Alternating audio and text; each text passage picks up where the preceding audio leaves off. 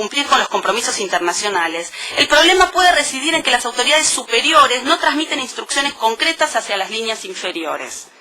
En otros casos, el obstáculo es inverso y consiste en que los funcionarios del Estado a cargo de la representación no tienen diálogo fluido con la autoridad que puede tomar la decisión política. Los cortocircuitos dentro de las propias agencias se trasladan una vez más a las víctimas, que deben padecer la inoperancia, ineficiencia o incapacidad burocrática de las agencias estatales. Es por ello que lo que aparece como una medida esencial es que el Poder Ejecutivo, como último responsable de la representación del Estado ante instancias internacionales, defina atribuciones y responsabilidades de las distintas agencias involucradas en estos casos y procure unificar posiciones. A criterio del CELS, el Ministerio de Relaciones Exteriores debería fortalecer sus capacidades de coordinación de todas las agencias del Estado, lo cual debe incluir la facultad de articulación con los órganos estatales adecuados y la posibilidad de interlocución con autoridades de alto nivel, de manera de cumplir cabalmente con las resoluciones de la Comisión y la Corte. Respecto del Poder Legislativo, en ocasiones la decisión del órgano internacional implica que el Estado debe adoptar medidas legislativas para reformar su ordenamiento jurídico interno. La contracara de la potencialidad es en estos casos la falta de articulación entre los distintos poderes. Es fundamental que entonces que el Congreso asuma un papel activo y responsable en materia de cumplimiento de decisiones. En ocasiones ha resultado conveniente, por ejemplo, incorporar a las mesas de discusión o de negociación de un caso a ciertos legisladores, identificados como posibles impulsores de determinada iniciativa. Asimismo, es crucial que las decisiones internacionales sean ampliamente difundidas. En esta tarea es importante el rol que puede desempeñar la Comisión y la Corte. Sobre todo en el caso de la Comisión, es deseable también que en las visitas a los países se incluya en la agenda de trabajo reuniones con legisladores para transmitir la importancia de la reforma normativa pendiente. Paralelamente, teniendo en cuenta la división de poderes y la heterogeneidad política del Congreso, la experiencia del CELS también nos ha demostrado que los casos exitosos han sido aquellos en los que el Poder Ejecutivo asume un papel activo en el impulso de la reforma normativa. Se trata de una tarea ardua que no puede recaer únicamente en el peticionario del caso. El Poder Ejecutivo debe transmitir con claridad que la ley que se pretende debe ser entendida como una política de Estado. Por ejemplo, en ocasiones puede ser más efectivo que sea el propio Poder Ejecutivo el que elabore y presente el proyecto de ley, incluyendo entre sus fundamentos una mención y explicación del caso internacional que le dio origen y que dé cuenta de la responsabilidad internacional del Estado argentino que está en juego. También hemos comprobado la importancia de que los representantes del Poder Ejecutivo involucrados en el caso celebren reuniones con distintas comisiones legislativas y distintos bloques políticos para impulsar la ley. La necesidad de una modificación normativa debe ser parte de la agenda pública del Estado, de su discurso oficial, de sus negociaciones políticas, para que la propuesta avance sin dilaciones. Sobre el Poder Judicial, especialmente en el contexto de países como Argentina, que no han sancionado todavía una legislación y procedimiento concreto para la ejecución de las decisiones, los tribunales locales se han instituido muchas veces como alternativa para su aplicación. Sin embargo, tampoco en estos supuestos existen procedimientos judiciales expresamente contemplados. Las respuestas ad hoc no constituyen una solución adecuada. Por el contrario, estos procesos improvisados conllevan dilaciones extraordinarias que vuelven a someter a las víctimas a recorridos judiciales. Aun cuando las víctimas cuentan con una resolución a su favor, deben sortear innumerables inconvenientes y contratiempos. El individuo vuelve a encontrarse solo frente al Poder Judicial, en las mismas condiciones de vulnerabilidad. Hay casos que implican revisar una condena penal dictada en violación a derechos fundamentales. En estos casos no se aplica el principio de cosa juzgada, pues la decisión judicial debe modificarse en beneficio del condenado. No obstante, los códigos procesales penales vigentes en nuestros países contemplan un numerus clausus de causales que habilitan los recursos de revisión y estos supuestos no están incluidos. Hay una discusión, por supuesto, jurídica mucho más compleja, que tiene que ver cuando la decisión internacional pretende que el Estado investigue y sancione a los responsables de violaciones de derechos humanos. Hay alternativas, estoy con poco tiempo, pero hay alternativas que se deben explorar y la Corte Suprema de nuestro país ha dado pasos en ese sentido.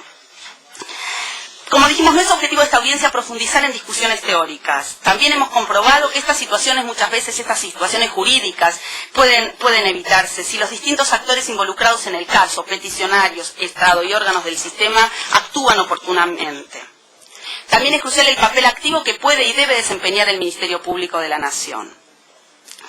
En cuanto a la estructura federal del gobierno, por supuesto, no voy a repetir los principios generales que establecen que el Estado federal es responsable incluso de la inacción de sus agencias, de la inacción de los estados provinciales. Indudablemente la estructura federal del Estado condiciona en parte la forma en que se deben cumplir las decisiones internacionales. Sin embargo, esta distribución de competencia entre la Federación y las provincias no releva al Estado federal de adoptar por sí, cuando no lo pueda o no lo quieran hacer sus unidades territoriales, medidas necesarias.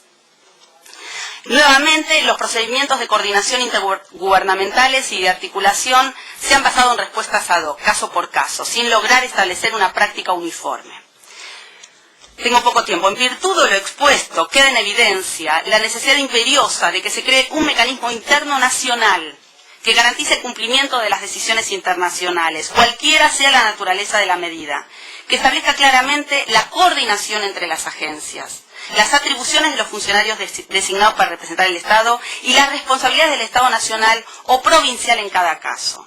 Un elemento fundamental a tener en cuenta en el diseño de este mecanismo es procurar mantener la situación de paridad en la que se enfrentan las partes en un litigio internacional. Una de las fortalezas del trámite de petición individual ante el sistema interamericano es esta igualdad de armas entre el peticionario y el Estado, que proviene del derecho procesal penal, más allá de sus enormes diferencias. Esta idea de la igualdad de armas permite que el individuo esté en una situación de igualdad con el Estado.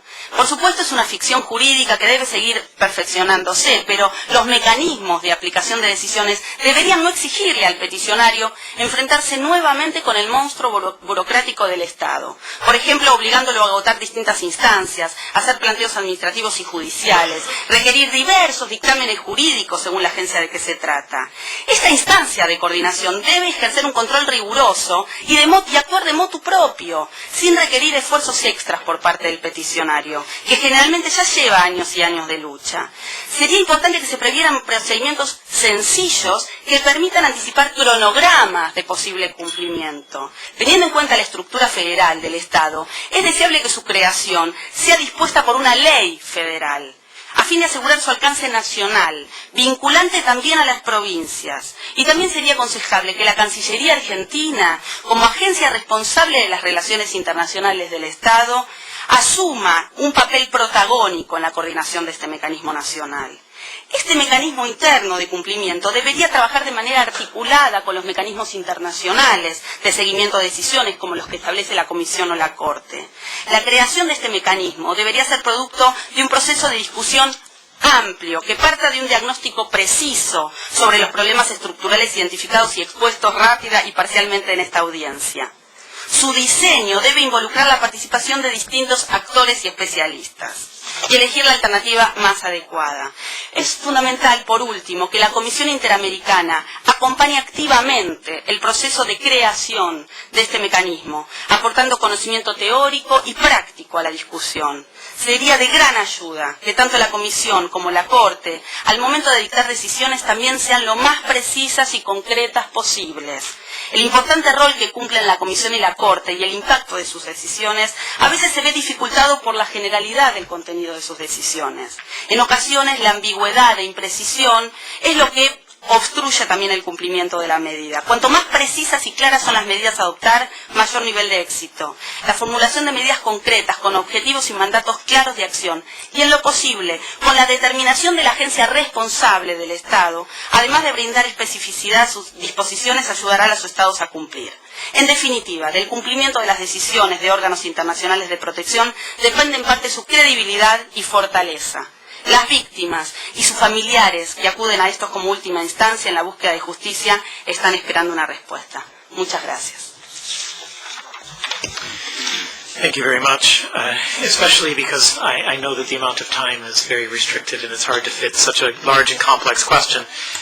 But of course it's a necessary cost of exactly respecting the equality among the parties, not only within a hearing, but then to the subsequent hearings that people are waiting for eventually. So we don't have any choice. But without further delay, then I turn the floor over to the representatives of the state of Argentina.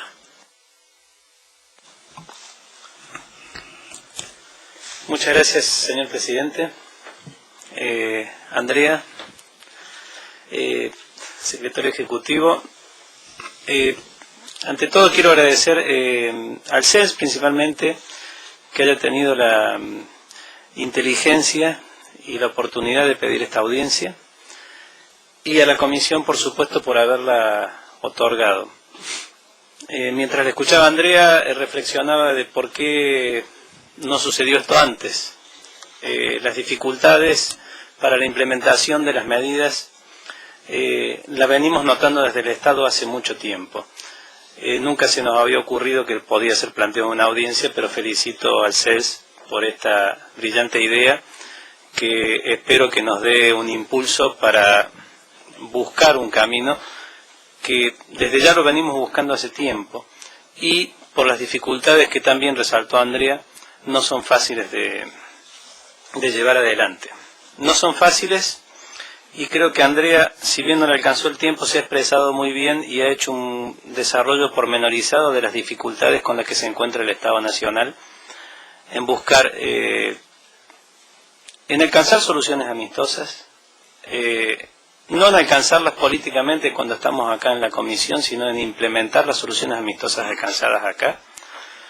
Dificultades con el Poder Judicial en aplicar las decisiones que se toman a este nivel, y dificultades en el poder, dentro del Poder Ejecutivo, como bien lo resaltó Andrea, porque las distintas agencias, en búsqueda de una solución, quién sabe más, la celeridad de la solución termina a veces dificultándose.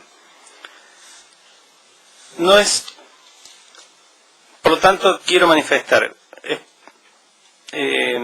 compartimos la preocupación exteriorizada por los presentes, en tanto la inexistencia de un mecanismo interno que regule tanto el procedimiento a imprimir una denuncia que interponga contra el Estado argentino ante los diversos sistemas internacionales de control, como así también los cursos de acción a ser aplicados, a efectos de cumplimentar las eventuales decisiones que en este marco se producen, constituye una asignatura pendiente del Estado argentino que se mantiene desde hace décadas. Y creo que hay más de una solución que ha sido alcanzada, hay más de una decisión que ha sido acatada. Para ello vale recordar el decreto 70 del 91, que derivó después con la ley 24043, que fue la solución amistosa alcanzada por BIRT, que entiendo que está cumplida, no solo que está cumplida en su totalidad, sino que ha sido ejemplar, debido a que las personas que se han beneficiado con el caso BIRT han sido miles. Si bien el número de denunciantes ante la comisión en el momento que se presentó la denuncia eran simplemente, no superaban las 15 personas, el decreto 7091 amplió a un número mayor de 200, y después por la ley 24043, no tengo el número, pero han sido miles de las personas beneficiadas, y entiendo que está cumplido a cabalidad. Recuerdo también el caso Maqueda, que fue la solución amistosa ante la Corte, donde el Estado argentino era de cumplimientos sencillo, que era dejar en libertad a Maqueda mediante una conmutación de pena, lo cual dependía exclusivamente del Poder Ejecutivo, por lo cual esa decisión también fue cumplida cabalmente.